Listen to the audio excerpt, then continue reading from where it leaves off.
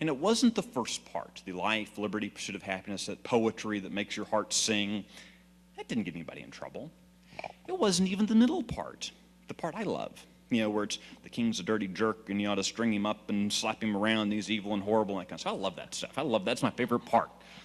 That didn't get him in trouble either. You were allowed to say things about the king. That didn't get him in trouble at all.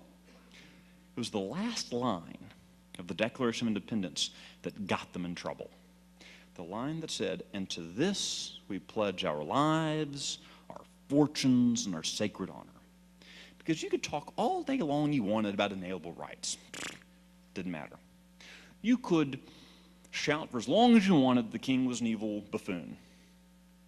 The king knew eventually your voice would get tired and you'd stop yelling about him, or he'd buy you off, or you'd just die of old age. It didn't really matter.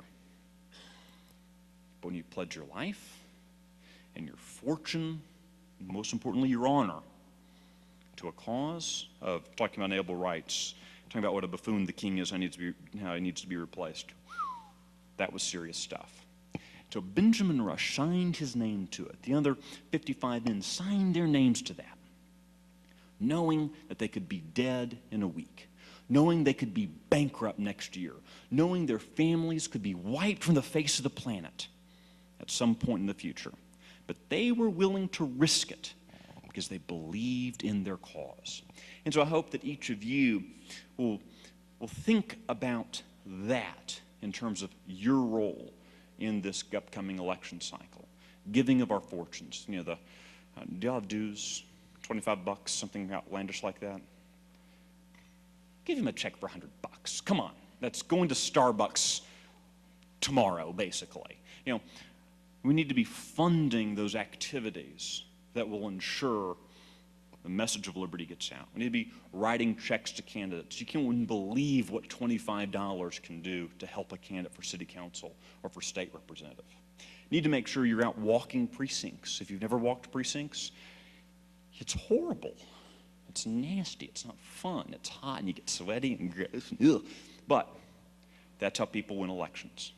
Elections are won on precinct walking.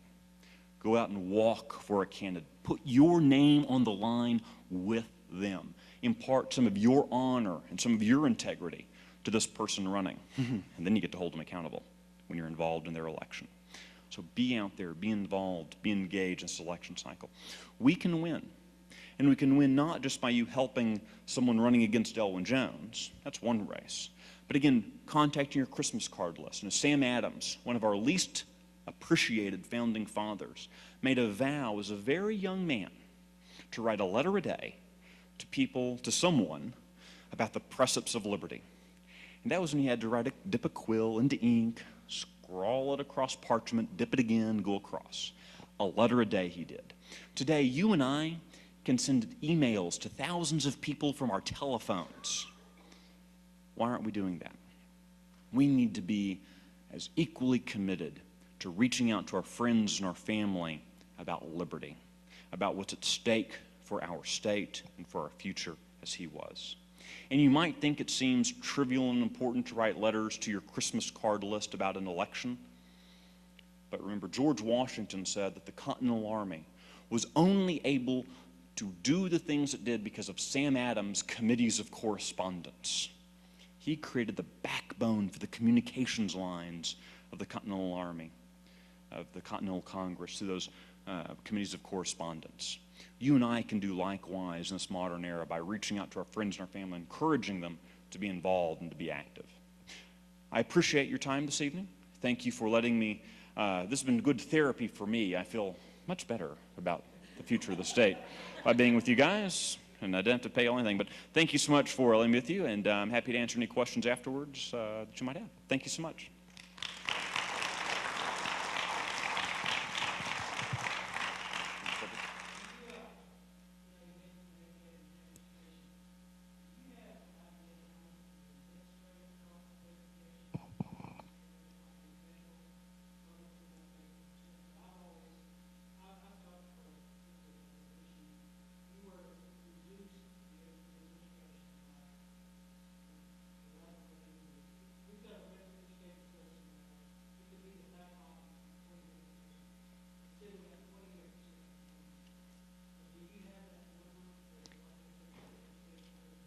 that's a number we would all like to have. And I'll tell you why, but it's an impossible number to get. It is impossible to get. Do you know why? Because it's almost impossible to get the books of the school districts. Right now, you can go into the state. My organization led the fight 2 years ago for state transparency. We brought in lots of petitions, yelled and screamed at legislators, which I like to do, and we convinced them to pass legislation where every state expenditure, contract, and grant is put online in real time. Okay?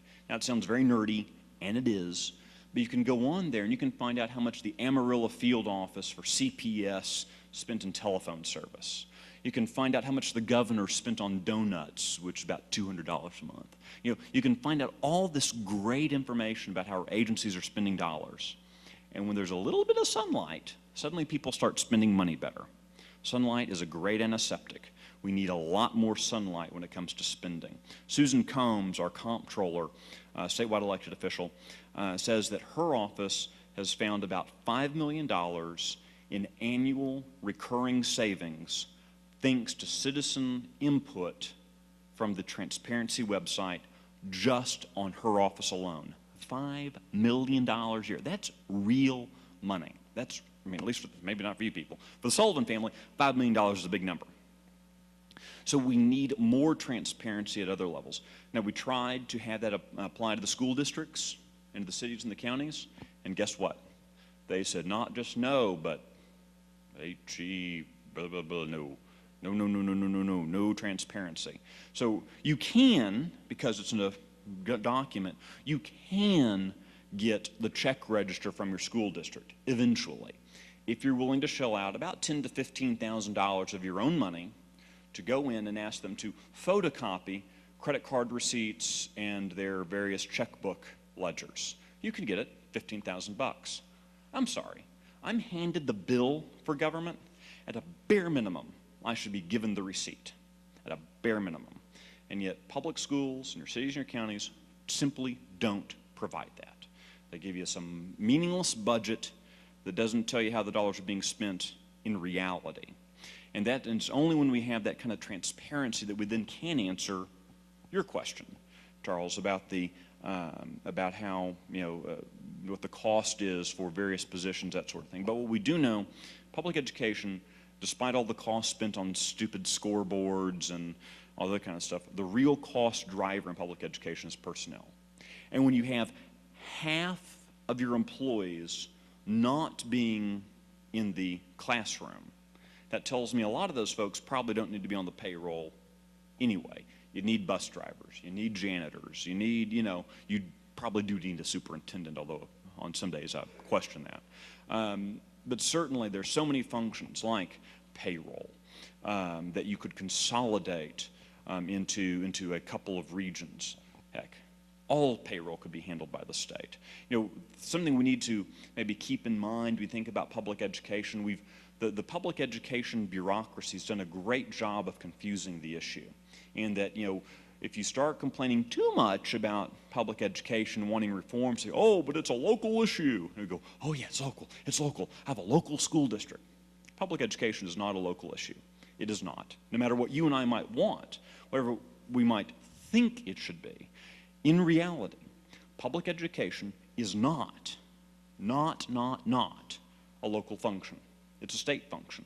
I know that because I've read the state constitution. The state constitution says public education is a state function. When public education was originally set up, the 254 political subdivisions created by the state called counties all ran public schools. And so you had a county superintendent. They were horribly corrupt. After about 20 years, people started whining and complaining about their corrupt county school district system. And so what was the response of the legislature? Well, it's to let well-heeled people create school districts that served their local community, that were independent, not of the state, independent of the county.